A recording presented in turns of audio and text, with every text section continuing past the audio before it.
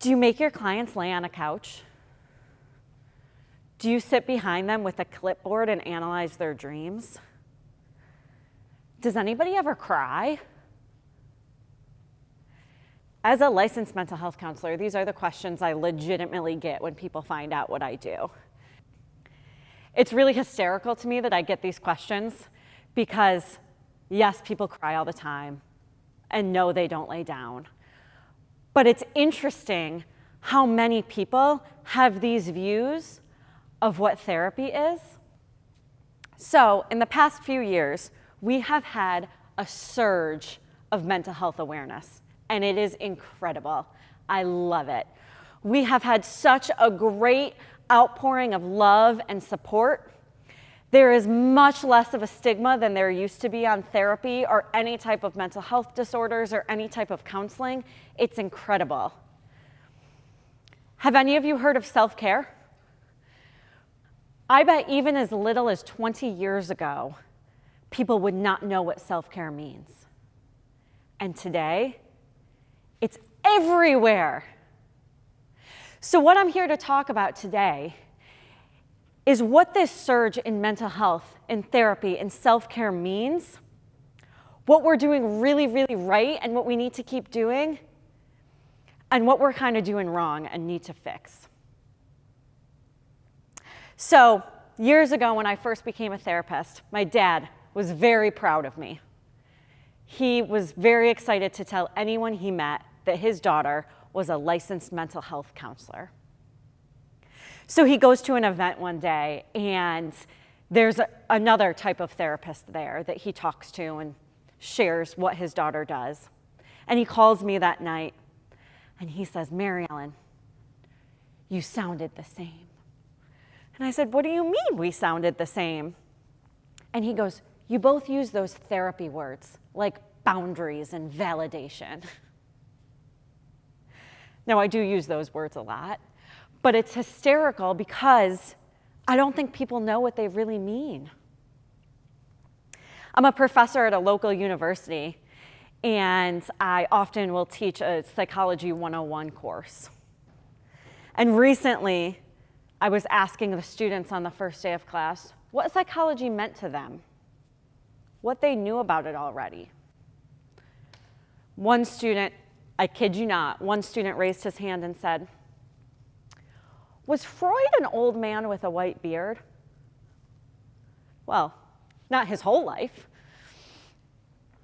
What are we teaching people? What is this message we're sending to people? That therapy is laying on a couch and using the words boundaries and validation, and that the person who is accredited for starting therapy was an old man with a white beard. What are we telling people? And now we have this amazing surge of self-care and taking care of yourself and all of this. But what does that mean? With this self-care trend, what I've heard from clients, from colleagues, that self-care is being told to meditate, being told to do yoga, being told to get a massage. Those things are great. Personally, I'm really bad at downward dog, so I don't do yoga, but I think it's a wonderful practice. But is that what self-care is? So when I say that self-care is trendy, what do I mean by that? In 2018, the most popular apps on cell phones were self-care apps. Gratitude apps, meditation apps, things like that, the most popular.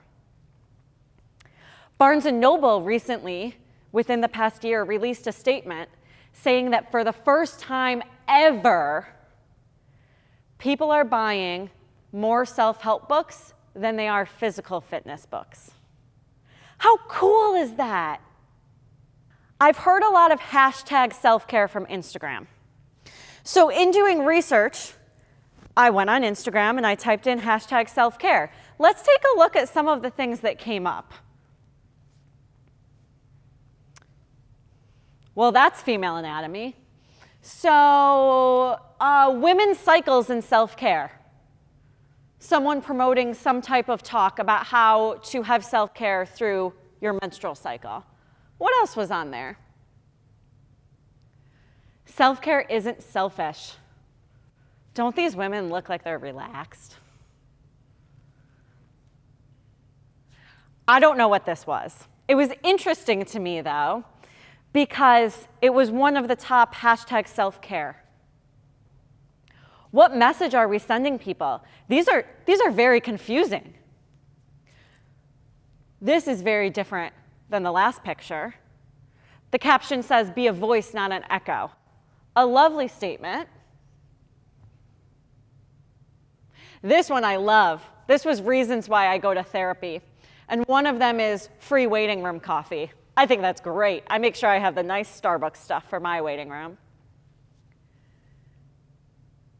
And then again, be a voice, not an echo. I kept seeing that. So when I was looking through this, it really just solidified the fact that we're sending really mixed messages about what these things are. My students are asking about if Freud was an old man. My dad is talking about what boundaries and validation are. People on Instagram are getting very mixed messages. I certainly was when I was looking at the hashtag self-care. So what does this all mean? Dr. Shiana Ali recently wrote an article for Psychology Today that said that part of the reason self-care is confusing is because it looks very different for everyone. I was recently talking to some women about how they love ice cream. I don't love ice cream. Ice cream would not be a part of my self-care, but it might be a part of theirs. But Dr. Ali in this article talks about how it can be very confusing because people think that what's self-care for someone else should be what self-care is for them. So, what do I think self-care is? What's my definition? I'm really glad you asked. The actual definition of self-care is taking action to preserve or improve one's health. Pretty open-ended, huh? It sounds great, but it's pretty open-ended. When I think about my mental health therapy background and combine that with the wonderful societal views of self-care and improving self-care, my definition includes a lot more than yoga, than meditation, than taking a bubble bath. My definition is all about doing things intentionally, looking at our internal self-care, being reflective. I was recently at a work meeting, and at one point I said in this work meeting, wow, that makes me feel really out of feeling. I don't remember what it was. And a colleague of mine said, wow, you are so in touch with your feelings. To me, that's what self-care is. Understanding what we're feeling, understanding why we're feeling that way, and understanding what we can do about that. And that what we can do about it may involve a bubble bath. It may involve yoga. It may involve ice cream. Or it may involve saying, hey, loved one, I need to have a tough conversation.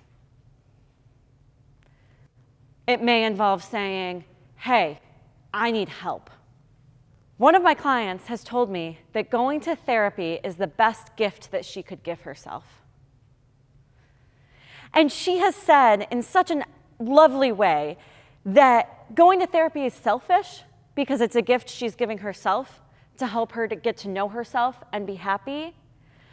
But it's also one of the most selfless acts she could do because it's allowing her to untangle her mind so that she can be the best version of herself for her, but also so she can be the best mother, the best wife, the best boss that she can be. So now, am I saying this trend is positive or negative? There are great things about self-care. And I agree that self-care isn't selfish. When I Instagrammed this self-care, So many quotes came up about self-care is not selfish, and I agree. It can be really selfless.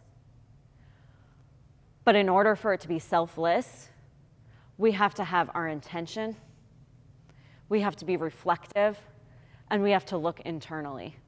So doing yoga is amazing. Meditation is incredible. Taking bubble baths, positive affirmations are all great, great things.